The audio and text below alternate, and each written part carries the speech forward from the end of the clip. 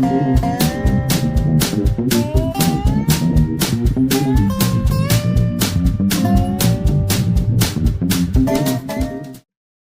everyone, welcome to Greyhammer. Today we're going to be doing the Daughters of Khaine. I'm hoping I can get through the whole thing in one episode. I should be able to. Battle traits, you've got All-Out Slaughter is a once per battle command point to use. You pick a friendly Daughters of Khaine infantry. They can use 2 fight abilities this phase. After the first is used, the unit gets strike last. So you get 1 when you regularly go, and then 1 at the last. Blood rights, you've got, we've gone over this, a different applies each battle round. Add 1 to run for the first one, add 1 to charge for the second, add 1 to hit, add 1 to wound, and then add 1 to the attacks. And they do accumulate. Battle formations, we've got Speed of the Scathborn. If the unmodified charge roll for a Melusa or Canary unit is an 8+, they get the strike first. The Cauldron Guard, you have Frenzied Devotees. Pick 3 Daughters of Khaine infantry or War Machine units that are in combat. You then make a pile-in move and pick an enemy unit in combat and roll d3 on a 2-up, inflict mortal damage equal to the roll. Shadow Paths in your movement phase from the Shadow Patrol battle formation. Pick a friendly Daughters of Khaine infantry unit that's not in combat. Roll a dice on a 3-up, remove the unit from the battlefield and set up on the battlefield. More than 9 from all enemy units. That's a strong ability to just kind of re-teleport. Redeploy, basically. Slaughter Troop. Once per turn is a reaction when you declared a charge ability for Daughters of Khaine elf unit. You from Gladiatorial Acrobatics, you change 1 of the dice in the charge roll to a 4. Pretty decent one, actually. Heroic traits, you get either Master of Poisons, pick an enemy unit that had any damage points allocated for the rest of the battlefield. They can't be healed, and slain models cannot be returned to them. Pretty, how do I say it, niche. Depends on what army you're going up against. Then you've got Bathed in Blood, heal 3 to this unit if it is in combat. The Zealous Orator, if a friendly unit wholly within 12 uses the rally, you can make 3 additional rally rolls of d6. That's a powerful one. Then Artifacts of Power, Gifts of Morathi. You've got the Khainite Pendant, pick a friendly Daughters of Khaine Priest, give that unit d6 ritual points once per battle in your hero phase. Passive Crown of Woe, subtract 2 from the control scores of enemy units while they're within 9. And then once per battle in your movement phase, you have 7th Fold Shadow. If it's not in combat, remove it. Basically teleport. Spell Lore. We've got the Lore of Shadows. You've got the Seed of Shadows. Pick a friendly Daughters of Khaine wizard. Pick a visible Daughters of Khaine unit wholly within 12 and make a casting roll of 2d6, going off on a 5. They can use charge abilities this turn, even if it used a run. So run and charge. Doomfire, casting value of 7. Pick a visible enemy unit within 12. If the target unit has fewer than 10 models, inflict d3 mortal damage on the target. If it has 10 to 19 models, inflict d6 mortal damage on the target. And if they have 20 or more models, inflict 6 mortal damage. Really good against Skaven. And then Mind Razor, casting value of 8. Pick a friendly Daughters of Khaine wizard. Pick a visible friendly Daughters of Khaine unit wholly within 12. Add 1 to the rend. In addition, if the target charged, add 1 to the damage. Really powerful to boost up your guys on the charge. Prayer Lore, you've got one with the prayer value of 5, answer value 5, I think is what it's called. Come on, let me go to the next page. Okay. Sacrament of Blood. Pick friendly Daughters of Khaine Priest. Pick a visible unit wholly within 12 inches until the start of your next turn. Add 1 to the current battle round when determining the effects from the Blood Right. If it was a 10-up, treat the current battle round as 5 on the target. That's a powerful one. Martyr's Sacrifice.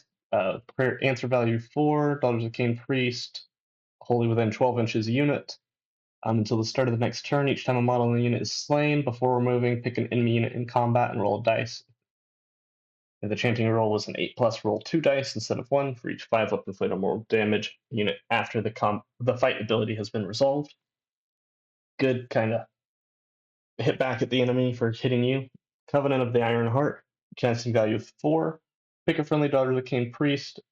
Pick a Daughters of Khaine unit wholly within 12. Ignore negative modifiers to the control score until the start of the next turn. In addition, if the chanting roll is 8+, add 5 to the target's control score. Okay. Then you've got Summon Blade Wind on a 6, and you set it up within 9 inches of the caster and more than 9 from enemy units. Summon Bloodrack Viper, casting value of 6, 9, 9, and Summon Heart of Fury, wholly within 9 inches of the caster, invisible to them. That's a little easier one. And that's on a prayer. Marathi Kane, we've gone over her war scroll a little bit. You get her with the Shadow Queen, you have to take both of them, but she costs the points and the Shadow Queen is free. It's weird. Casting value of 7 spell, that you place 2 tokens and you can swap places with the Shadow Queen. Each time an allied point would be allocated to Marathi Kane, it is instead put on the Shadow Queen. And if it's automatically slain, you do 3 damage to the Shadow Queen. If the Shadow Queen is destroyed, this unit is automatically destroyed. And you add 1 to casting rolls, ward of 6 up. Shadow Queen, kind of a beefy character, can never take more than 3 damage at a time, and once per turn, on a 2-up, inflict mortal damage, and if anything is slain, add 1 to the attacks of Canary and Medusa nearby. Cthulhu the Chrome Seer, 6 health, 12-inch move, 5-up save, control 2. Burnt Offerings ability, if it's within the combat range of a Cauldron of Blood, pick a visible Kane Elf non-hero infantry within 18, roll a dice on a 2-up, pick one of the following effects. The Prophecy of Silence, enemy units can't use commands while they're in combat with the target. Prophecy of Dark Wings, they can use the normal move ability as if it was your movement phase. Counts as using a run. Prophecy of Reclamation, for the rest of the turn while the target's contesting objective. Subtract 10 from the control score of enemy units contesting the objective that do not have the hero or monster keyword. Really useful at making other infantry not count as infantry base or as controlling models. Murder of Crows, answer value of 4, invisible enemy unit within 18, roll a d3. The chanting roll is at 8+, roll a d6 instead. Inflict an amount of mortal damage equal to the roll. And if it exceeds the target's health characteristic, subtract 1 from the hit rolls as well. Wow. Bloodrack Shrine, Aura of Agony, pick 3 different enemy units within 9, roll a d3 for each target. On a 2-up, inflict an amount of mortal damage on the target equal to the roll. In any charge phase, if it charged, you pick an enemy unit within an inch, roll a d3 on a 2-up, inflict mortal damage equal to the roll. And passive Bloodrack Stare, each time this unit attacks with its Bloodrack Stare. If the attack score is a hit, roll a number of dice equal to the number of models in the target model for each 5-up, inflict mortal damage. You cannot pick the same unit to be targeted by attacks with the Bloodrack Stare more than once per phase. The Melusa Iron Scale, pick a friendly non-hero Melusa fight unit that is not used to fight. They get to fight afterwards, and they get +1 attack. When this guy fights, so power. These are pretty universal. I wonder if they're going to change when Battle Tomes come out, and this was just like a quick patch everything together, because a lot of the rules seem kind of samey. Wrath of the Scathborn, you can reroll charge rolls for Medusa, wholly within 12.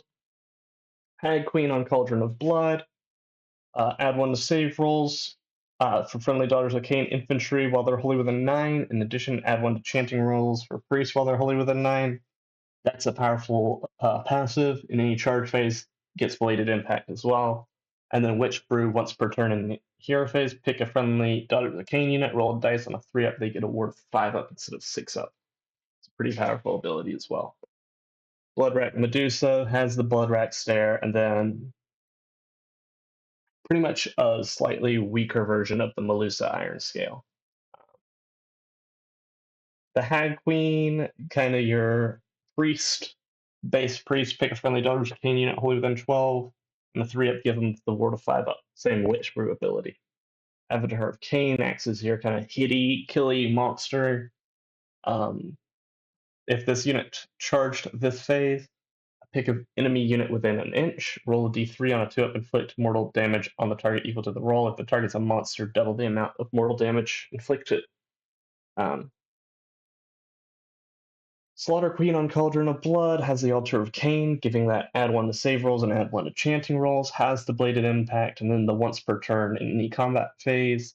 Orgy of Slaughter, pick a friendly Daughters of Khaine infantry, wholly within 12. On a 3-up, add 1 to the attack's characteristic. Really powerful ability there. Slaughter Queen has the Orgy of Slaughter as well. Basically a foot character, less hit points. High Gladiatrix has some crazy rules. The Paragon of Slaughter, if it's in combat, pick a Daughters of Khaine elf non-hero infantry wholly within 12. On a 2-up, add 1 to the rend of their weapons, and then Killing Stroke once per battle in any combat phase. You pick an enemy hero in combat with this unit to be the target. Roll a 2d6, so average roll is a 7. If the roll exceeds the target's health characteristic, it is automatically destroyed. Now note that things like Source Warriors, those here, or Source Old Bloods, sorry, on foot, have a health characteristic of 7. So you could kill a Source Old Blood on an average roll. Most characters don't have that many hit points.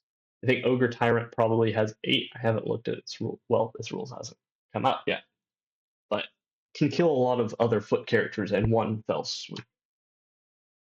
Doomfire Warlocks are your light cavalry, and when they use the redeploy command, if you roll a 1 to 3, you can use a value of 4 instead.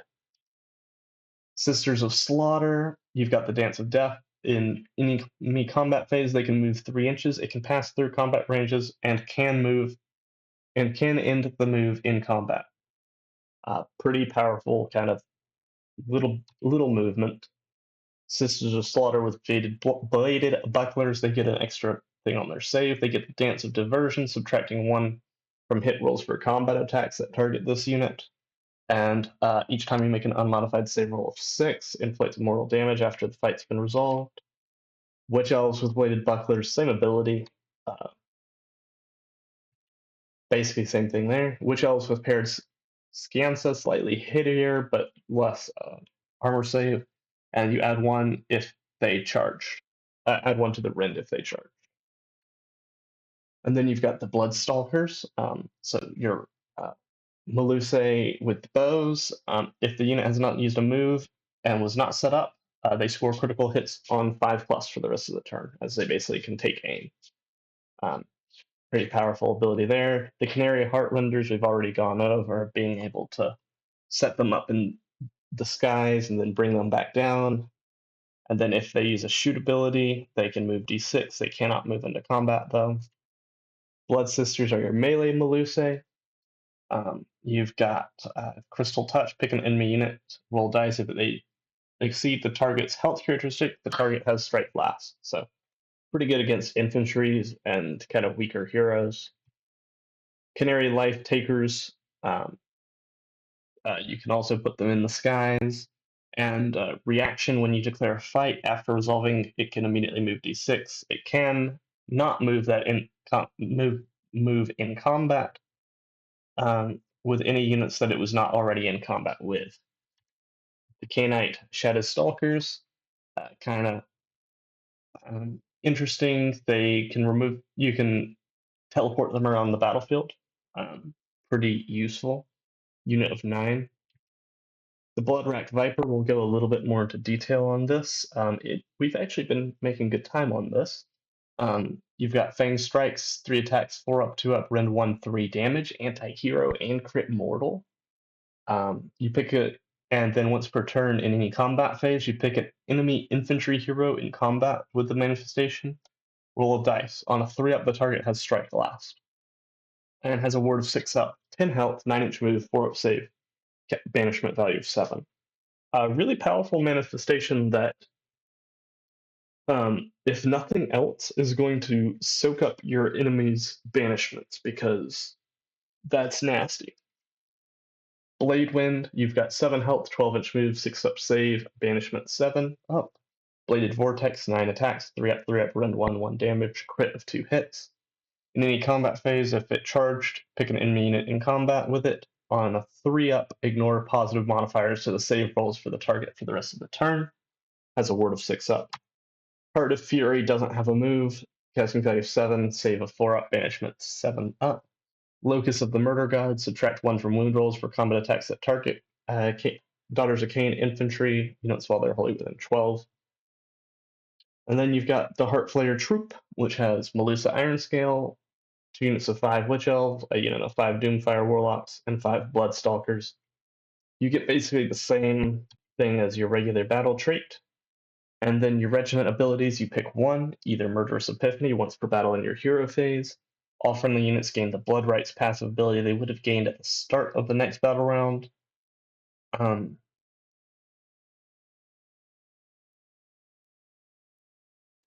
Yeah, so basically you get to so you could, on turn 1, use the turn 2 one, but then when turn 2 came, you'd still have the turn 2 one. Blessing of Khaine, in any combat phase, pick a friendly unit wholly within 12 of your general. You cannot pick your general. Add 1 to ward rolls. Or actually, it looks like you might actually lock it into place. I don't know. On that once per battle Murderous Epiphany. Then you've got 1 enhancement, Bathe in Blood. Each time a model is slain by your general, heal 1 to your general. And then Flask of Shade Mist until the end of the phase. Subtract 1 from hit rolls and it's once per battle in the combat phase. For attacks that target friendly units wholly within 12. Fueled by Revenge passive, add 1 to the rend of melee weapons used by friendly Bloodstalkers wholly within 12 of your general. Or Zealous Orator, pick a friendly unit wholly within 9 that's not in combat. Roll a dice for each slain model from that unit. For each 5 up, you can return 1 slain model to that unit. That's a pretty powerful healing ability. But you don't really have too many models that you're going to gain a lot from. Honestly,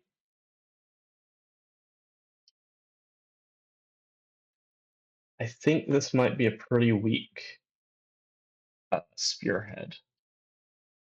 The Doomfire Warlocks are pretty good, and the Witch Elves, just the Witch Elves being in units 5, they're so squishy. Do they have 6-up saves? Yeah.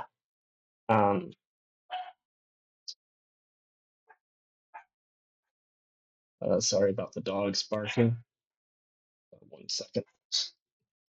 Right, overall thoughts on it? I think the Spearhead's going to be pretty easy to take care of.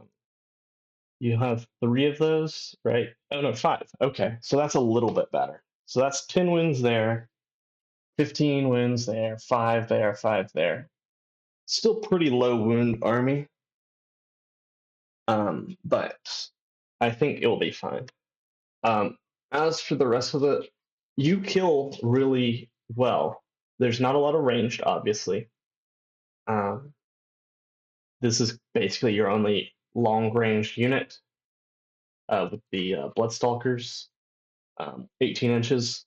But if you get in combat, they certainly will hit hard. Now the question is, can you survive until you get into combat and then hope that nobody is able to take them down? That's going to be it for this episode. Thank you for watching. Please like and subscribe, comment on what you're most excited about, which faction. We'll be going over I think it's going to be, it's the dwarves, fire dwarves. I never can remember their names, but we'll be going over them to next episode, which will be next Monday. All right, see you in the next one. Goodbye.